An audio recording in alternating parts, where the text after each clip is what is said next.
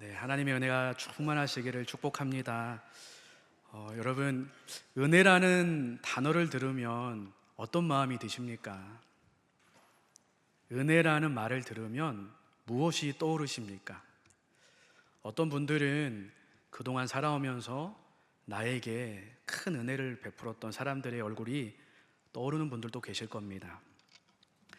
늘 내 눈에 어리는 얼굴, 내 몸속 어딘가에 숨어 있다가 그리움되어 불쑥불쑥 떠오르는 그런 분들이 있으실 겁니다. 은혜는 우리를 따뜻하게 하고 은혜가 우리를 여기까지 오게 한 줄로 믿습니다.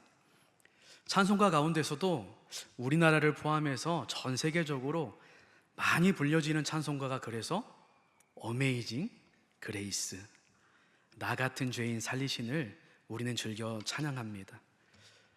은혜의 책이라고 불리는 성경 말씀 가운데서도 오늘 본문은 하나님의 은혜가 무엇인지를 우리 가운데 보여줍니다. 다윗은 더 이상 광야의 도망자가 아니죠. 내전이 있었지만 승리로 이끌고 이제 전 이스라엘의 왕이 됐습니다. 그리고 하나님의 임재 상징인 언약궤도 왕궁 안으로 모셔드렸죠. 국제적으로 국경선 지역의 동서남북으로 위치되어 있는 국가들과의 전쟁을 할 때마다 하나님께서 연정연승하게 하셔서 그 주변의 패권 국가로 다윗의 왕권의 힘이 최고조에 이르는 시기가 됐습니다. 정말 많은 일들을 해야 되는 지도자인 다윗이 오늘 본문에 보면 무슨 일을 합니까? 1절에 사울의 집에 아직도 남은 사람이 있느냐라고 찾습니다. 당시에 문화 가운데 정권이 바뀌고 왕권이 바뀌면 이전 왕권의 후손들을 다 죽이거나 귀양 보내거나 이런 게 상식적인 일이죠. 그런데 다윗이 이 사울의 남은 자손을 찾는 이유는 그런 이유가 아닙니다. 은총을 베풀기 위해서라고 하죠. 왜 원수와도 같은 가문에 은혜를 베푸는가? 그 이유에 대해서 요나단 때문이다라고 합니다. 과연 다윗에게 요나단이 어떤 사람이길래 은혜를 베풀까? 요나단은 사울 왕의 아들입니다. 그는 왕위 서열 계승 1순위 왕자였습니다. 그런데 왕자인 요나단이 다윗이라는 청년을 아끼고 먼저 보살펴 줬습니다. 아버지 사울 왕의 위협으로부터 목숨이 결강하게 달린 다윗을 이 요나단이 구해주죠. 그러면서 다윗과 요나단 사이에 약속을 합니다. 사무엘상 20장 15절에 보니까 여호와께서 너 다윗의 대적들을 지면에서 다 끊어버리신 때에도 너는 내 인자함을 내 집에서 영원히 끊어버리지 말라. 지금 요나단의 말은 하나님께서 너의 대적들을 다 물리치게 하시고 너를 왕으로 세우셨을 때 너는 나하고 한 언약, 약속을 기억하면서 우리 집에 인자함, 헤세드, 은혜를 베풀어 달라라고 말합니다. 이 요나단이라는 사람은 자신의 자리를 위협하는 다윗이라는 이 사람을 사울보다 더 죽이려고 힘썼어야 되는데 오히려 지켜주고 보호해주고 끝까지 은혜를 베풀어 주는 것이죠. 이 은혜를 받은 다윗은 요나단은 비록 죽었지만 그 자손에게 은혜를 베풀어 주고 싶어 합니다. 왕의 명령이 떨어지니까 신하들이 막 움직였겠죠.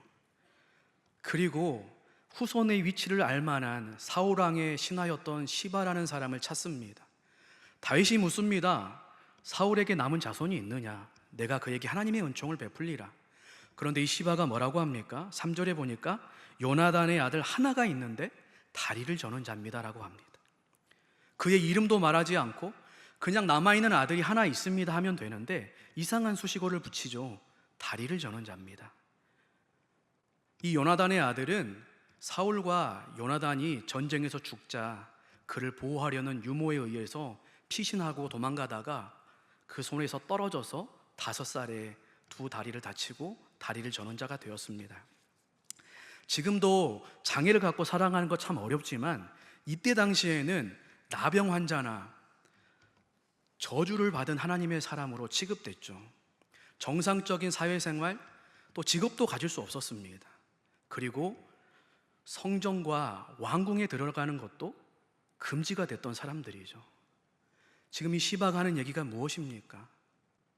그는 다리를 저는 자기 때문에 죽이려고 하신다면 금방 죽일 수 있습니다. 아니면 그는 왕께서 은혜를 베풀 만한 자격, 왕의 은혜를 받을 만한 자격이 있는 사람이 아닙니다. 그는 다리를 저는 사람입니다라고 무시하는 말인 것입니다. 이 말을 들은 다윗의 태도는 어떠합니까? 다윗에게는 이 요나단의 아들의 외적인 조건, 상태가 전혀 중요하지 않습니다. 그의 관심은, 그의 은혜는 거기에 있지 않습니다. 다윗의 관심은 4절에 보면 그가 어디 있느냐, 요나단의 아들, 그 사람, 그가 살아있다는 것에 관심이 있습니다. 그래서 그를 빨리 만나고 싶고 보고 싶어서 신하들을 보내죠. 그리고 요나단의 아들을 데려옵니다. 여러분, 요나단의 아들에 대해서 한번 생각해 보길 바라는데요, 그는 자신의 의지와 상관없이 태어날 때부터 사울 왕의 후손으로서 죽을 위기에 처해 있는 운명을 가지고 태어났죠. 어렸을 때 유모에 의해서 떨어져서 자신의 의지와 상관없이 다리를 저는 인생이 되었습니다. 아무것도 할 수 없고 혹시나 다윗이 자기를 죽일까봐 숨어서 전전긍긍하면서 덜덜 떨면서 왕궁과는 멀리 떨어져 있는 로드발, 목초지가 없는 황야, 황무지에 숨어서 살았습니다. 무명한 자로, 무가치한 자로, 소망 없는 자로 살아가고 있었죠. 그런데 이 무비보셋, 요나단 아들에게 그가 그토록 두려워하던 날이 찾아왔습니다. 문 밖에 다윗이 보낸 사람들이 찾아왔습니다. 그리고 그를 다윗에게 끌고 가는 것이죠. 얼마나 두렵고 무서웠겠습니까? 벌벌 떨면서 다윗 왕 앞에 바짝 꿇어 엎드려 있습니다. 다윗이 이제 어떻게 합니까? 정말 은혜를 베풉니까? 이후에 보여지는 말씀의 내용을 보면 다윗이 이 요나단의 아들에게 은혜를 베풉니다. 그 모습이 첫 번째가 무엇이냐면 그의 이름을 부릅니다. 무비보셋이여, 무비보셋이여. 이름 없는 자로, 존재감 없는 자로 살아온 그에게 그의 이름을 왕이 불러주는 것이죠. 당시의 이름은 그의 존재와 인격을 나타냈습니다. 이름을 부른다는 것은 그를 한 인격체로 존중한다는 의미를 가지고 있는 것이죠. 그를 인정하고 회복시켜준다는 의미를 가지고 있습니다. 무서워 떨고 있는 그에게 무서워하지 말라 평안을 주고 사울이 가지고 있었던 밭을 그에게 다 회복시켜줍니다.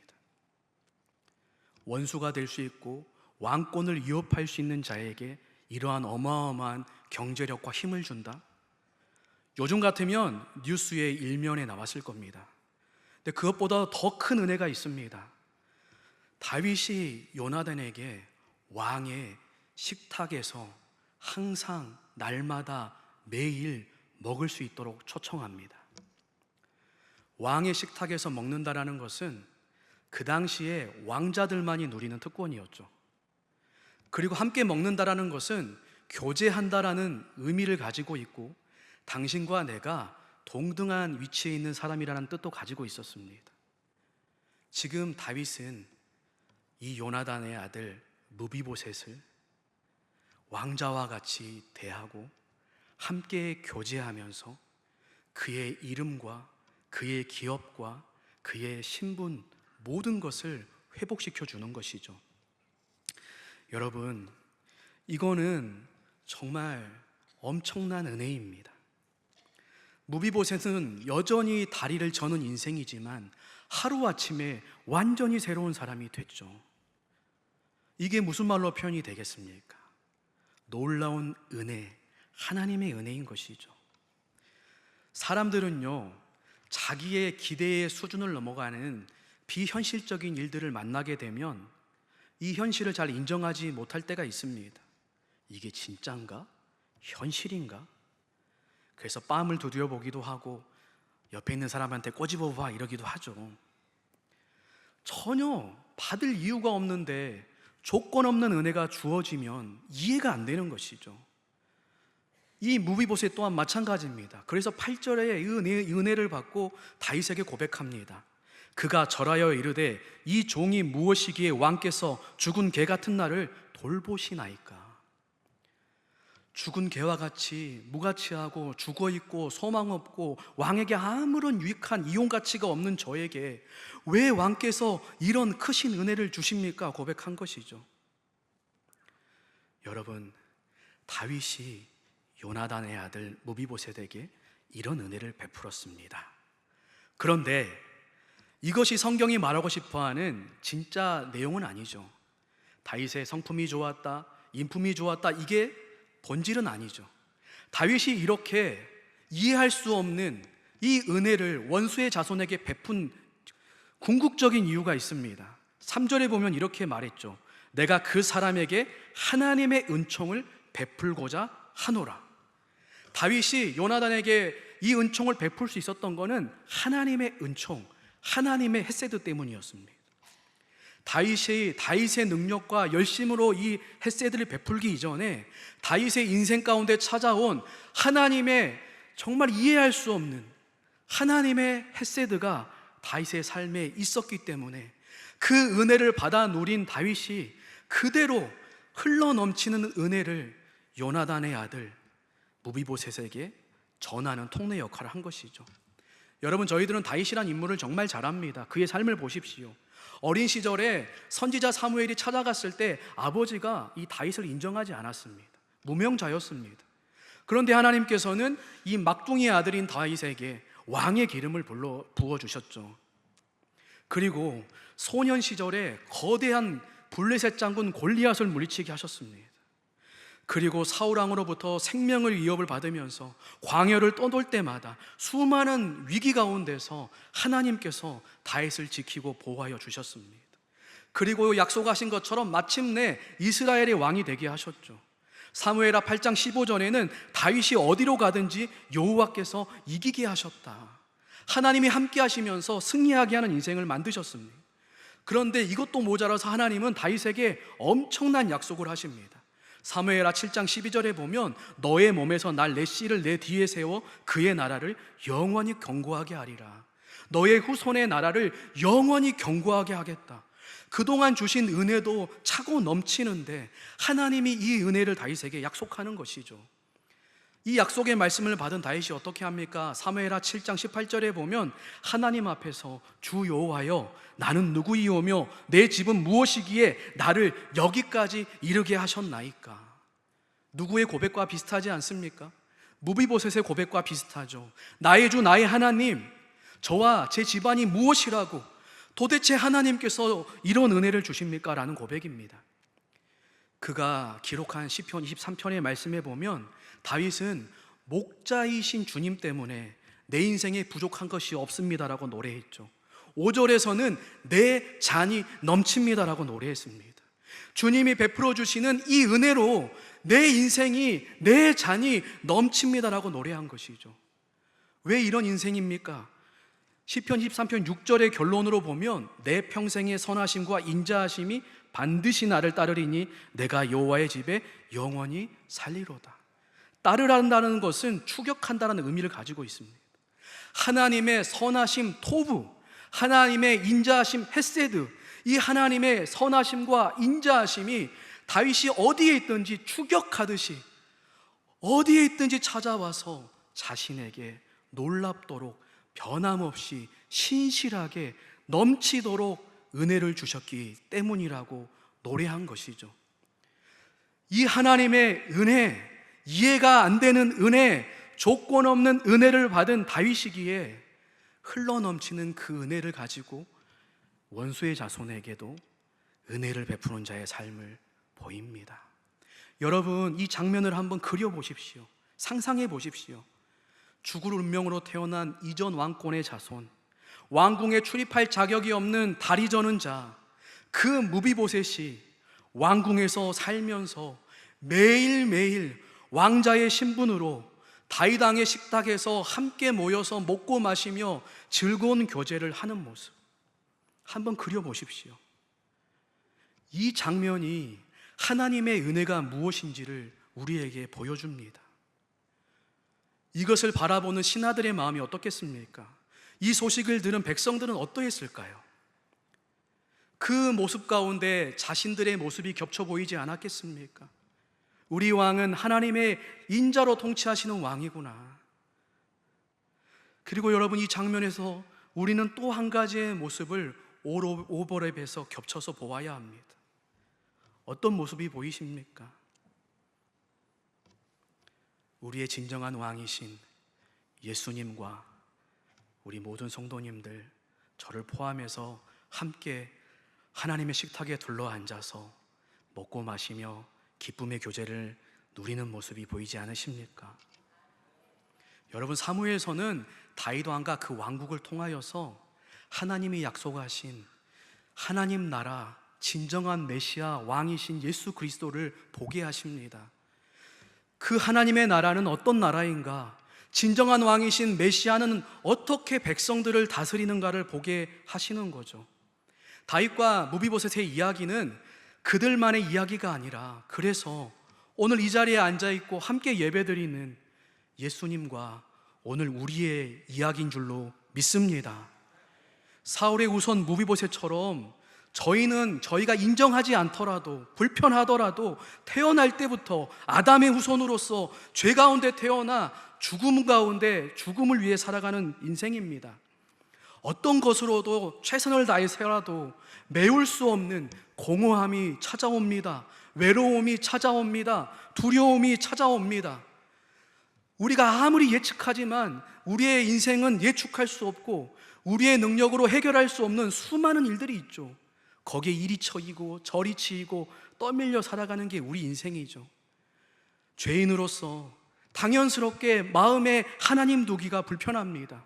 하나님을 피하여 살려고 하던 우리죠. 영적으로 무비보셋처럼 절뚝거리며 살아가던 자가 우리 아니었습니까?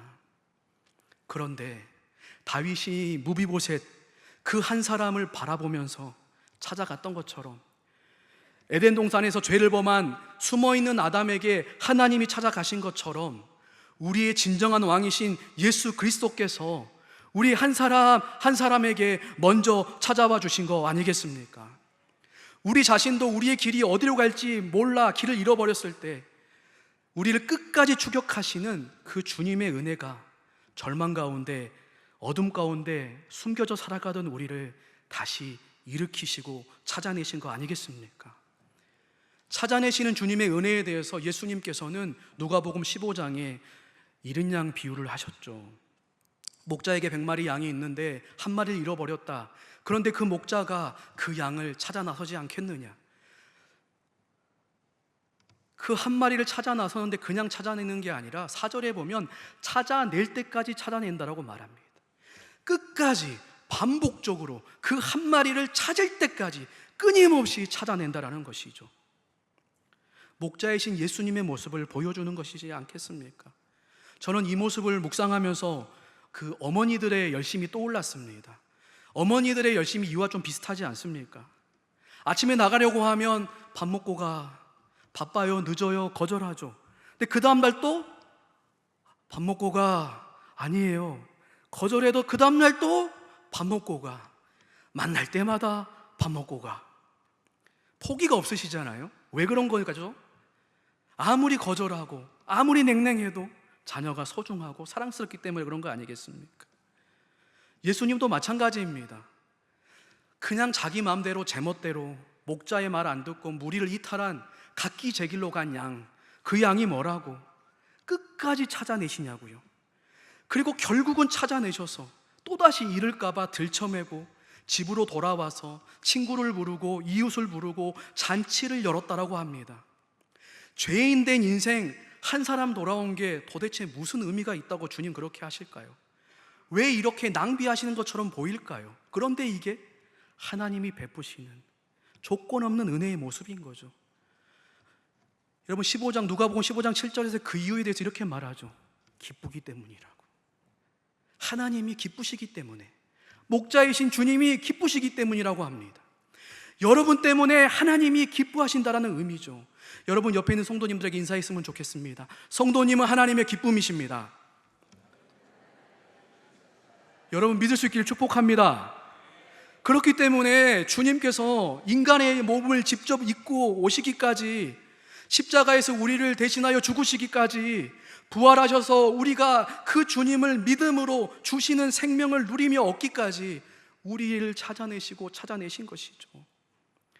무비보셋의 이름을 부른 다윗처럼 우리 한 사람 한 사람의 이름을 불러주시고, 새로운 정체성, 하나님의 거룩한 백성이라는 성도라는 정체성으로 이름을 불러주시죠. 하나님의 식탁에서 둘러앉아서 매 순간 어느 때라도 담대히 자유롭게 하나님의 보좌 앞에, 그 식탁 앞에 나갈 수 있는 하나님의 자녀라는 신분을 주셨죠. 그래서 어떤 분은 이 은혜를 바라보면서 감옥에서 나와서 보좌에 앉는 게 이 은혜를 누리는 우리의 삶이라고 표현했습니다. 그리고 다윗이 고백한 것처럼 이 찾아내고 은혜 베푼 한 사람 한 사람을 추격하듯이 따라다니시면서 아무런 받을 조건도 없는 자에게 부족함이 없도록, 내 잔이 넘친다 고백할 수 있도록 끝까지 변함없이 은혜를 주시는 분이 우리 주님이십니다. 그래서 고린도후서 6장 9절 10절에서 이렇게 고백하는 거예요. 성도의 삶을. 무명한 자 같으나 유명한 자요, 죽은 자 같으나 보라 우리가 살아있고, 징계를 받는 자 같으나 죽음을 당하지 아니하고, 근심하는 자 같으나 항상 기뻐하고, 가난한 자 같으나 많은 사람을 부유하게 하고, 아무것도 없는 자 같으나 모든 것을 가진 자로다. 이것이 하나님의 은혜를 누리는 자녀, 성도의 모습이라는 것입니다. 여러분, 우리가 이 은혜를 누리며 살아야 되는데, 이 하나님의 은혜를 가로막는 여러 가지가 있지만 대표적인 세 가지가 있습니다. 이 첫 번째는 율법주의입니다. 자기의 의를 바라보는 겁니다. 지금 나의 조건과 상황과 형편, 내가 조금만 더 애를 쓰면, 한 손만, 한 발짝만 노력하면 나아질 거라는 신념 가운데 살아가는 거죠. 자기 열심으로, 노력으로 은혜를 받고 하나님의 자녀가 된 뒤에도 그 삶을 포기하지 못하는 겁니다. 그리고 두 번째는 죄책감입니다. 은혜의 삶 가운데 살아가는데 끊임없이 자기의 죄와 실패와 좌절감, 연약함, 절망감, 우울감에 빠져 살아가는 거죠. 세 번째는 주관주의입니다. 자기의 감정과 느낌만을 중요하게 생각하고 바라봅니다. 하나님이 무슨 일을 하시든, 주님이 무슨 일을 말씀하시든, 오늘 나의 기분이 정말 중요합니다. 내 느낌이 최우선입니다. 모든 것이 달라지는 거죠. 이 세 가지의 공통점은 다 자기를 향하게 돼 있습니다. 그런데 진정한 은혜는 우리의 열심과 노력과 우리 안에서 주어지는 게 아닙니다. 우리의 느낌과 감정과 조건과 상태와 상관없습니다. 우리의 죄와 실수가 아무리 크더라도 주님의 은혜, 하나님의 은혜는 그 모든 죄와 실패를 덮으시는 줄 믿을 수 있기를 축복합니다. 여러분, 우리에게 은혜가 필요합니다. 우리를 살리게 하고 변화시키고 살아가게 하는 은혜, 그 진정한 은혜의 본질은 다른 게 아닙니다. 예수 그리스도이십니다. 그래서 우리는 예수님이 필요한 것이죠. 그래서 주일 강단의 담임 목사님 예수 그리스도를 그렇게 외치시는 겁니다. 우리를 또 살아가게 하고, 또 충만하게 하고, 또 일어서게 하고, 나아가게 하는 건 오직 이 은혜입니다. 예수님 안에서 주어지는 무조건적인 은혜, 끝까지 변함없이 주시는 이 은혜, 이 어메이징한 그레이스를 누리는 자가 주님이 말씀하시는 놀라운 성도, 그 성도들이 모여있는 교회가 놀라운 어메이징한 교회가 되는 것입니다. 옆에 있는 성도님들 한번 바라보십시오. 고백했으면 좋겠습니다. 성도님, 어메이징 하십니다. 네. 여러분, 이 은혜가 충만할 때, 그 은혜가 흘러넘칠 때 다윗처럼 우리가 그 은혜를 붙들고 이 세상을 살아가면서 피비린내 나는 전쟁의 현실, 그 추악한 현실 가운데서도 하나님 햇세대를 베풀었던 다윗처럼 이 하나님의 은혜를 베푸는 자로 살아가게 되는 것입니다. 우리가 그 은혜가 있기 때문에 은혜에 감격해서 하나님의 왕의 식탁의 교제를 누리는 이 예배 자리에 나와서 하나님을 예배하는 거 아니겠습니까? 하나님을 더 알고 닮아가기 위해서 말씀을 배우고 교육하고 훈련하는 것이죠. 그 은혜가 차고 흘러 넘쳐서 구제하고 봉사하고 섬기고 전도하고 선교하는 거 아니겠습니까? 제가 어떤 성도님한테 물어봤습니다. 일주일 내내 일하시고 주말에도 교회를 나오셔서 올라수목 금금금이시네요. 막 이렇게 이런 말 하면 안 되는데 그랬는데요. 그 성도님이 뭐라고 했냐면, 주중에 회사 일이 너무나 힘든데, 피곤하긴 한데 주일날 나와서 하나님께 예배하고 봉사하고 교제하면 힘들었던 게 다 사라지고 말씀과 은혜로 충만하게 채워져서 한 주간을 살아갈 힘이 있다라고 저한테 얘기하는 거예요. 이게 정말 맞는 거죠. 목사인 제가 좀 부끄러웠습니다. 여러분, 우리의 삶이 이런 삶인 것이죠. 그럴 때 우리가 나아가서 옆에 있는 사람들에게, 정말 각박한 현실 가운데 살아가는 사람들에게 무조건적인, 아무런 이해가치가 없는 이 하나님의 헤세드의 은혜를 우리가 보여줄 수 있는 거 아니겠습니까? 여러분, 한 사건이 있습니다. 한 청년이 있었는데, 이 청년이 이 교회 수련회에 참석했다가 예수 그리스도를 인격적으로 만났습니다. 너무나 은혜에 감사해서 열심히 교회를 섬겼죠. 그리고 하나님이 기뻐하시지 않은 일들을 끊어내기 위해서 친했던 친구들을 다 정리하기 시작합니다. 그런데 한 친구가 계속 연락하는 거예요. 왜 안 만나주냐고, 한 번만 만나주라고. 그래서 다 거절하는데 이 친구가 한마디 딱 하는 거예요. 야, 예수님은 사랑이신데 너는 사랑이 없어? 딱 그러니까 그 예수님의 이름이 모욕당하면 안 되니까 나갔죠. 앉아있는데 술을 한 잔 따라달라고 해서 이게 청년이 따라줬어요. 그런데 너도 한 잔 받아. 그래서 안 된다. 근데 받아놓기만 해. 받아놨죠. 잠깐 입에 대볼래? 이렇게 잠깐 대기만 해 해서 대봤죠. 근데 이 청년이 보니까 한 잔을 먹었어요. 습관이 있으니까. 근데 한 잔이 한 잔으로 안 끝나고 새벽 3시 30분까지 먹었다고 합니다. 얼마나 그런데 그때 후회오는 찔림이 있었는지 하나님 앞에 너무 죄송한 거죠. 하나님이 나에게 이런 은혜를 주셨는데 내가 어떻게 이럴 수 있지? 회개해야지, 용서를 구해야지 하면서 그냥 집에 가든지 그 자리에 있으면 좋겠는데 초신자라서 교회 가서 회개를 해야 된다고 생각해가지고 새벽 3시 30분에 교회로 향해서 문을 열고 들어가고 회개 기도를 시작합니다. 그러고 눈을 딱 떴는데 어딘가에 자기가 누워있고 덮지 않았던 이불이 덮여져 있었다는 거죠. 교회 잠옷실에서 잠이 들었습니다. 누군가 왔다 갔다라는 거죠. 근데 밖에서 발자국 소리가 들렸어요. 아, 저분이 안 왔으면 좋겠다. 마주치면 나 이 교회 다시는 못 다닌다 이러는데 발자국이 가까워지고 문이 탁 열렸습니다. 누가 오셨을까요? 그 교회 담임 목사님이셨다고 해요. 이 무비보셋이 다윗에게 꿇어 엎드린 그 마음처럼 죄송해서 있는데, 목사님 무슨 말 하실까 있는데 목사님이 딱 이러셨어요. 형제, 추운데 왜 보일러 안 틀고 잤어? 버튼이 저기 있으니까 누르고 자 다음부터. 그리고 배고프지? 하면서 지갑에서 2만 원을 꺼내서 주셨다고 합니다. 아무런 말을 안 하셨어요. 교회가 난리가 난 거죠. 새벽에 기도하러 오신 권사님들이 보니까 교회 문이 활짝 열려있고 술 냄새는 진동하고 웬 남자가 잠옷실에 자고 있어요. 경찰에 신고할까 하다가 담임 목사님께 연락했고 목사님이 오셔서 보일러를 켜주시고 이불을 덮어주고 아마 해장하라고 하신 것 같아요. 그래서 청년에게 2만 원을 줬다고 합니다. 그런데 그 청년은 그 사건을 통해서 들었던 복음, 하나님의 은혜가 무엇인지, 이게 진짜 하나님이 무조건적으로 베풀어 주시는 은혜구나라는 것을 더 확신하게 됐고, 지금도 그 청년은 교회를 지키면서 열심히 신앙생활하고 있습니다. 그 청년이 누군지는 궁금해하지 마시길 바랍니다. 여러분 같으셨으면 이런 상황 가운데 어떻게 하셨겠습니까? 어떻게 하시겠습니까? 모든 걸 일반적으로 다 적용할 수는 없습니다. 그런데 이 목사님이 이걸 아셨던 거죠.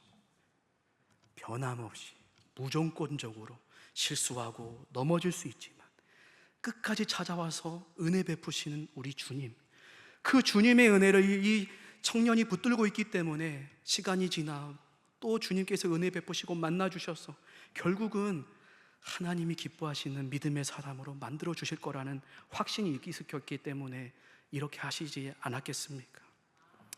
여러분, 우리도 살아가면서 흔들릴 때가 있습니다. 그런데 기억하십시오. 하나님의 은혜, 예수님 때문에 주시는 하나님의 은혜는 절대로 변하지 않습니다. 우리의 실수와 실패와 상관없습니다. 하나님 그렇게 하기로 약속하셨기 때문이에요. 그래서 우리가 해야 될 것은 오늘 또 그 약속을 붙들고 하나님의 은혜 안에서 새롭게 결단하고 시작하는 것입니다. 새롭게 일어나면 되는 것입니다. 여러분, 그래서 오늘 이 말씀을 듣고 나서 서두에 말씀드린 것처럼 은혜라고 할 때 여러분에게 가장 먼저 생각되고 떠올라야 되는 것은 예수님, 그 예수님 안에서 베푸시는 하나님의 은혜가 될 수 있기를 축복합니다. 그 은혜 충만하게 채우시고 흘러넘치는 은혜를 가지고 우리에게 보내주신 우리의 삶의 현장에서 이 은혜를 전하고 베푸는 자로 살아가실 수 있기를 예수 그리스도의 이름으로 축복합니다. 우리 주신 말씀을 붙들고 우리 기도하겠습니다. 하나님 아버지, 왕이신 예수 그리스도께서 조건 없이 변함없이 추적하듯이 찾아와 주시는 넘치는 은혜가 우리 자신과 가정과 자녀들과 다음 세대와 교회 가운데 충만하게 하여 주옵소서. 기도하겠습니다. 하나님 아버지, 자격 없는 우리에게 예수님 십자가의 은혜로 넘치는 은혜를 부어주시니 감사합니다. 우리와 우리 가정과 우리 자녀들과 우리 교회를 주님의 은혜로 충만케 채워 주시옵소서. 예수님 이름으로 기도합니다. 아멘.